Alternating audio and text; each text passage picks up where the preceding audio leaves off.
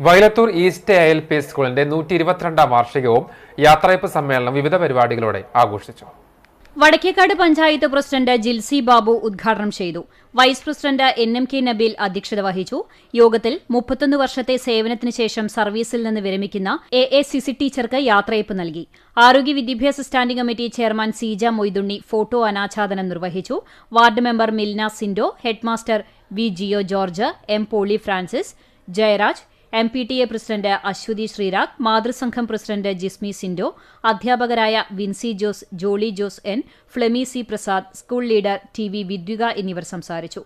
തുടർന്ന് കുട്ടികളുടെയും രക്ഷാകർത്താക്കളുടെയും കലാപരിപാടികൾ അരങ്ങേറി. LSS ജേതാവും സ്കൂളിലെ മികച്ച വിദ്യാർത്ഥിയായി തെരഞ്ഞെടുക്കപ്പെടുകയും ചെയ്ത TV വിദ്യക, അബാക്കസ് പരീക്ഷയിൽ ജില്ലയിൽ 1ാം റാങ്ക് ജേതാവായ PS നന്ദിനി എന്നിവരെ പഞ്ചായത്ത് പ്രസിഡന്റും വൈസ് പ്രസിഡന്റും ചേർന്ന് ആദരിച്ചു.